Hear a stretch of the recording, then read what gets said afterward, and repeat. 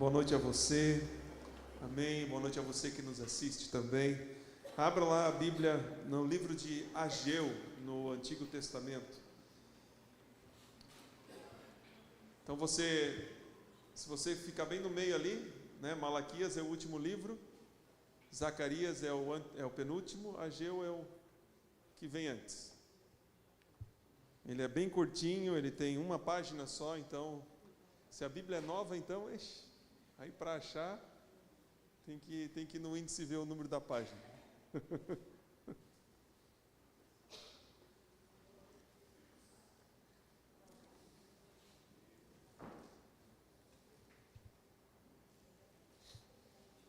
Ageu capítulo 1.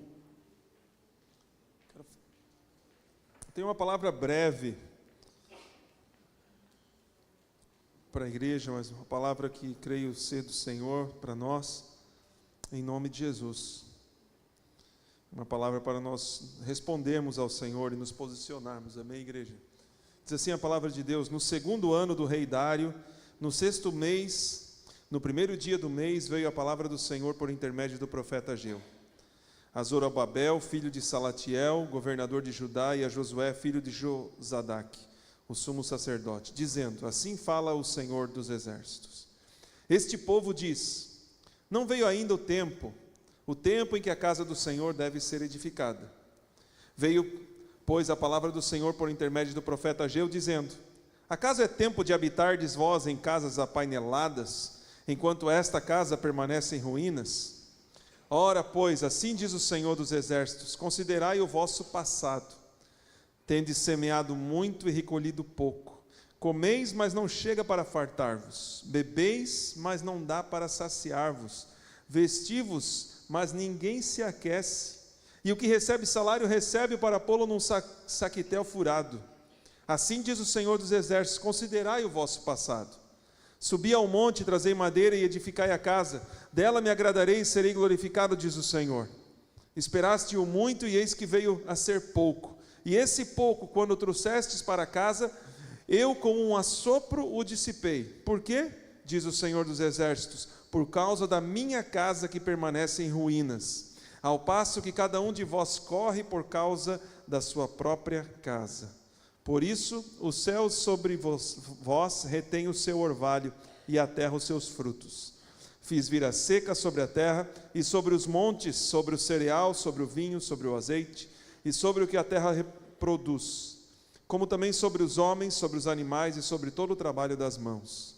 Então Zorobabel, filho de Salatiel, e Josué, filho de Josadaque, o sumo sacerdote, e todo o resto do povo atenderam a voz do Senhor, seu Deus, e as palavras do profeta Ageu, as quais o Senhor seu Deus o tinha mandado dizer. E o povo temeu diante do Senhor. Então Ageu, o enviado do Senhor, falou ao povo, segundo a mensagem do Senhor, dizendo: eu sou convosco, diz o Senhor. O Senhor despertou o espírito de Zorobabel, filho de Salatiel, governador de Judá, e o espírito de Josué, filho de Josadaque, o sumo sacerdote, e o espírito do resto de todo o povo. Eles vieram e se puseram ao trabalho na casa do Senhor dos exércitos, seu Deus, ao 24º dia do sexto mês. Amém? Glória a Deus. Por favor, marquem aí na sua Bíblia e leiam depois esse capítulo 2. Esse livro de Ageu, são só esses 2 capítulos, e tem promessas ainda muito lindas para a gente continuar essa história aqui numa pregação, amados. Ageu, ele é um profeta que está pregando para um povo que havia já retornado do exílio, né?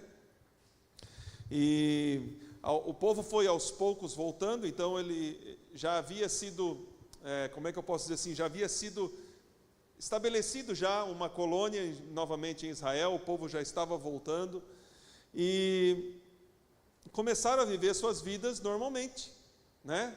Reconstruindo suas casas, provavelmente voltando às terras antigas, e assim, continuando vida como que segue normalmente, né?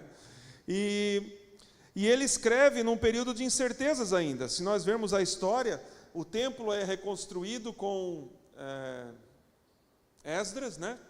E depois Neemias reconstrói os muros, e depois nós vemos aí o final com Malaquias, né? e o final do Velho Testamento e o período interbíblico, intertestamentário ali, de 400 anos até a vinda de Cristo Jesus.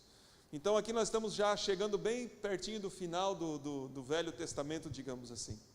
Mas o povo estava já novamente se restabelecendo em Jerusalém, mas o povo havia negligenciado algo muito importante. Se nós olharmos a história, Deus, ele sempre desejou habitar em meio ao seu povo, não é verdade? Se nós olharmos lá no Jardim do Éden, nós vemos que Deus, ele caminhava com Adão na viração do dia. Havia relacionamento com Deus, havia intimidade com o Senhor. Então nós vemos que Deus, ele criou o homem para intimidade, criou o homem para um relacionamento. O pecado destruiu isso, nós conhecemos a história, né? E o que Deus faz, na verdade, ele, ao longo de toda a história, ele estabelece alianças com homens, a fim de poder estar se relacionando com o homem.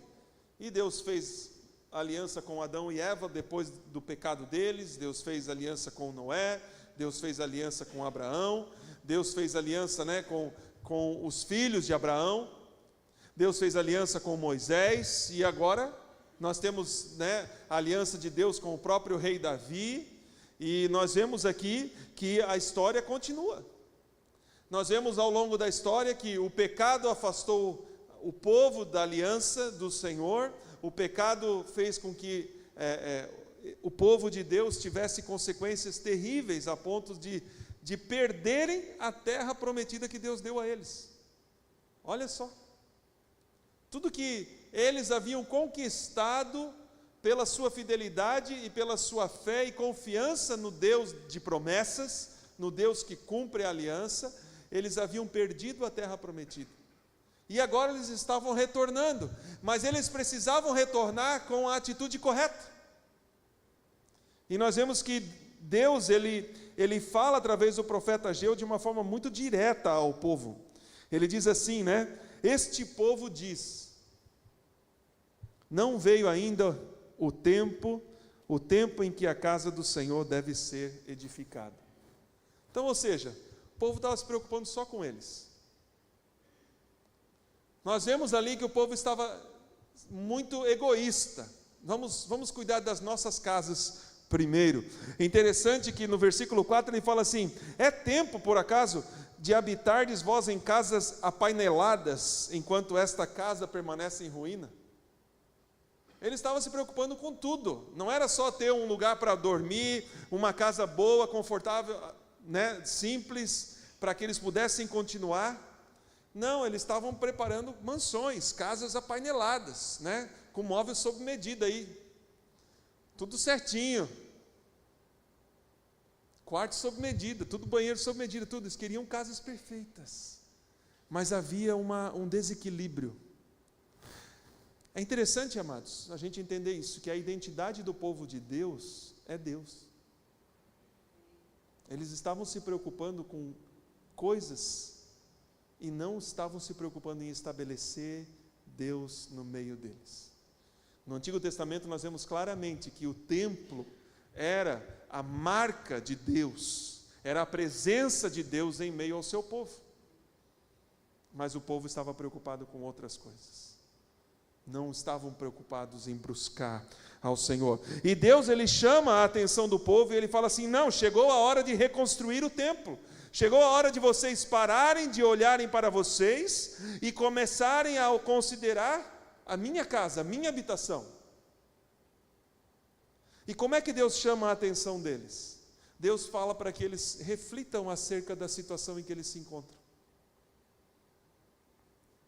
Deus fala assim: considere o vosso passado, considere o seu caminho, considere o caminho que você tem trilhado, considere aquilo que você tem experimentado ao seu redor. Está dando resultado?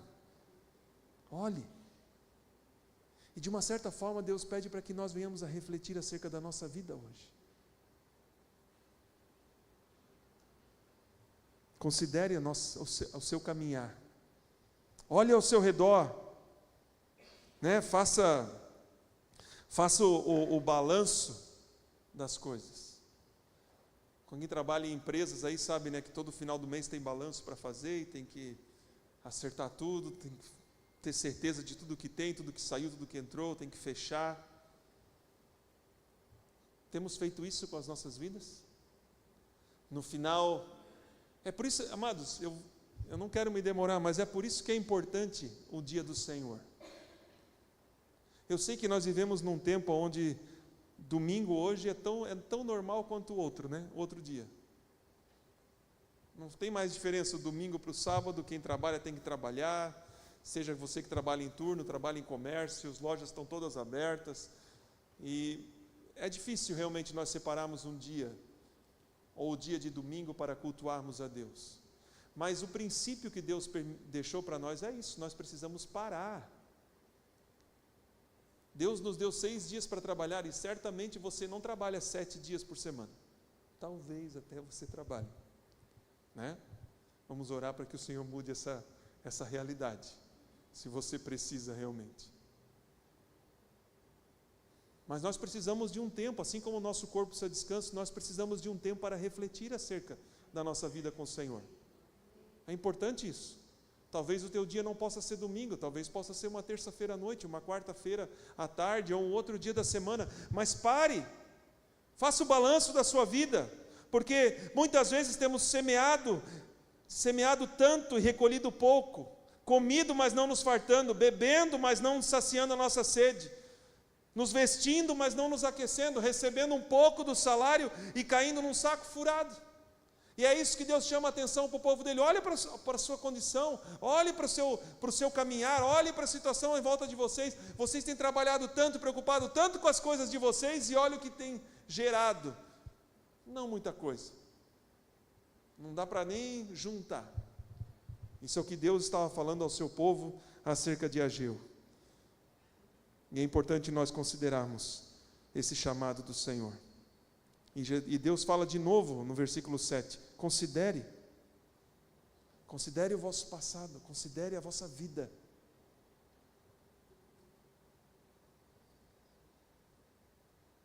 O povo estava dizendo, não é hora ainda. Olha o que Deus fala no versículo 9, ele fala assim, esperastes o muito, e eis que veio a ser pouco. Não é isso que nós muitas vezes fazemos, eu vou esperar mais um pouco, quando isso acontecer, quando aquilo acontecer, aí eu vou fazer, né? A gente coloca a manta, né, o cobertor para fora no sereno, aí Deus confirma, né, se é para ficar seco ou molhado, seja lá o que for, nós colocamos, fizemos prova com Deus, Deus confirma, mas a gente espera mais um pouco, espera mais um pouco, espera mais um pouco, e Deus está falando assim, esperaste muito. Vocês estavam esperando o quê? Que vocês tivessem muito de sobra agora, para que então vocês pudessem colocar os seus olhos em mim? Irmãos, não é verdade isso que muitas vezes a gente começa a angariar coisas, Deus começa a prosperar a gente começa a comprar coisa, né? E essas coisas que a gente acaba adquirindo só nos prendem mais ainda e às vezes nos afastam mais ainda de Deus, tomam mais o nosso tempo, tomam mais o tempo do Senhor nas nossas vidas. E aquilo que era para ser bênção, às vezes acaba sendo aquilo que nos afasta do Senhor. Não estou dizendo que é isso, mas o muito ter, às vezes, não é bênção para as nossas vidas. Não é bênção para as nossas vidas. Esperaste-os o muito, mas Deus fala, vocês estão esperando o quê? E Deus fala, a versículo 8 ele diz assim, sobe o monte, traz madeira e edifique a casa. Então Deus ele começa a dar uns passos bem simples para eles. Olha, não precisa fazer muito. Vão ali no monte, peguem madeira, desçam e constroem o meu templo. Não quero muito de vocês, mas eu quero que vocês olhem para mim. Quero que vocês considerem a minha presença. Irmãos, nós não estamos falando aqui de construção de templo. Talvez o pastor Leodoro já deu a dica para nós, né, pastor? A partir de outubro a gente vai ter um novo desafio aqui, mas não é sobre templo físico que nós estamos falando. É sobre a presença de Deus aqui. Se você ler o capítulo 2, Ageu ele fala sobre a glória da segunda casa, será maior do que a primeira. O povo começou a construir o templo, mas daí eles perceberam que a madeira que eles estavam buscando no monte e o templo não estava ficando tão bonito, maravilhoso como que era o templo de Salomão. E eles ficaram desanimados e eles falaram assim: poxa, se é para construir um templinho, não queremos. Aí Deus fala assim: não se preocupe com isso. A glória da segunda casa será maior que a primeira. Nós sabemos que Ageu também, ele se refere a Cristo Jesus. A glória do segundo templo, do próximo templo que virá, será maior do que o templo terrestre. A glória que é o templo nosso, a habitação do Espírito Santo aqui, em mim, em você. Esse é o templo de habitação e de morada do Senhor. E essa glória que nós temos aqui é muito maior do que qualquer templo terrestre.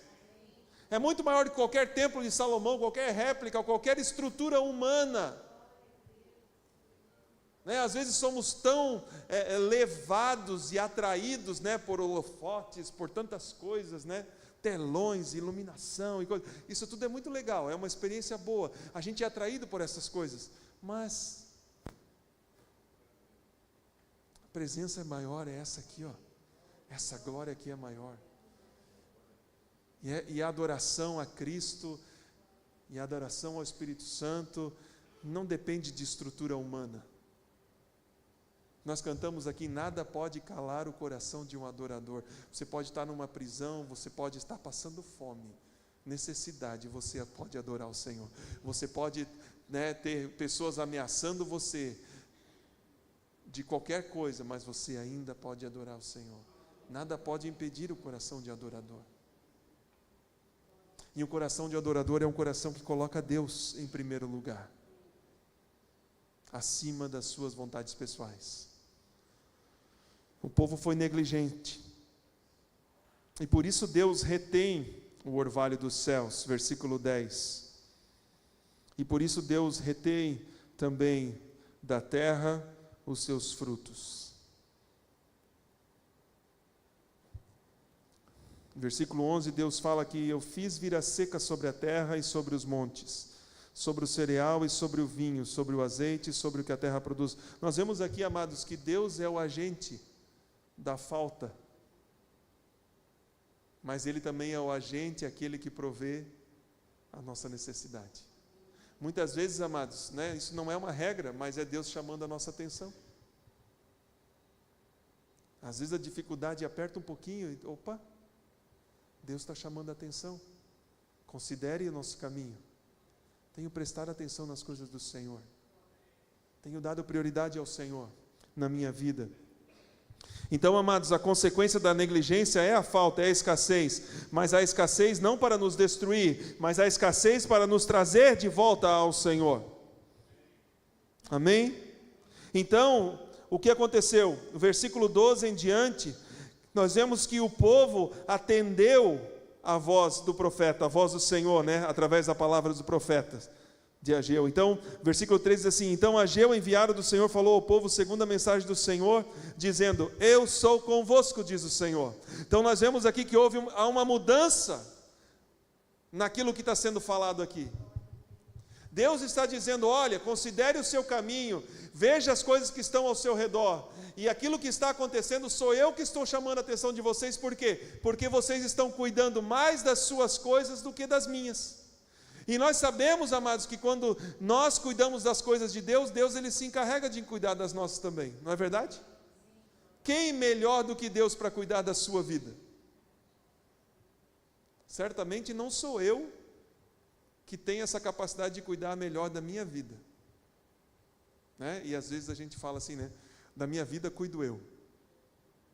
Está fazendo um bom trabalho?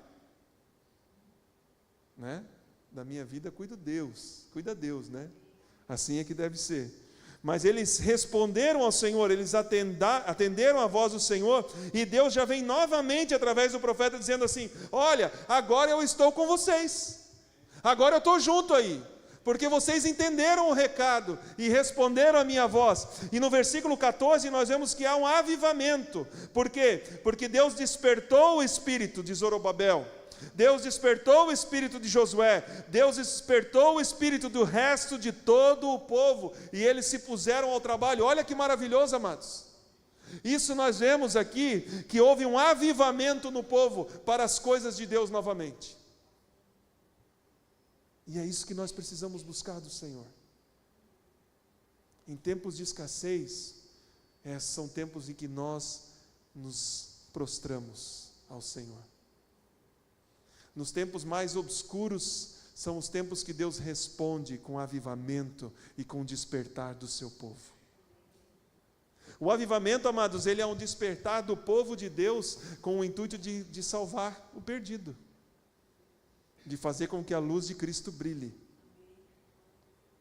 Houve um avivamento, porque o povo obedeceu ao Senhor.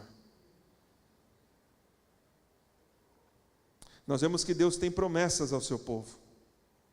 Se você continuar no capítulo 2, no versículo 19, no versículo 18 e 19, diz assim: considerai, eu vos rogo, desde este dia em diante, desde o 24º dia do mês 9, desde o dia em que se fundou o templo do Senhor, considerai nestas coisas. Já não há semente no celeiro.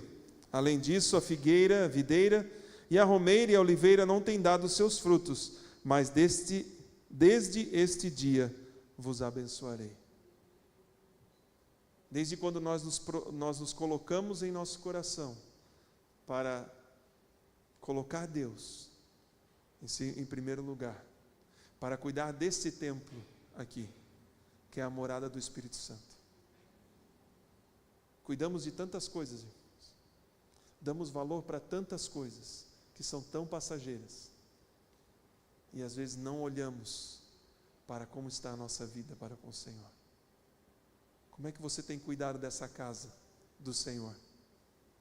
Você tem dado valor a ela? Você tem dado valor a Deus na sua vida? Você tem considerado os seus caminhos? E Deus faz parte dele? Porque é tempo de voltar, amados. É tempo de voltarmos ao Senhor. É tempo de considerarmos a sua vontade, o seu propósito para as nossas vidas. É tempo de cuidarmos do templo dele. É tempo de buscarmos o Espírito Santo. É tempo de nos arrependermos. É tempo de sim considerar ao Senhor acima de todas as coisas. E como resposta, Deus atenderá o nosso clamor. Deus atenderá o nosso voltar. Deus atenderá o nosso arrependimento com o quê? Com a sua presença. Eu sou convosco, diz o Senhor. E a sua presença é o Espírito dentro de nós, agindo, movendo e trazendo avivamento e calor e fogo e paixão pelo nome do Senhor para as nossas vidas. Amém, queridos?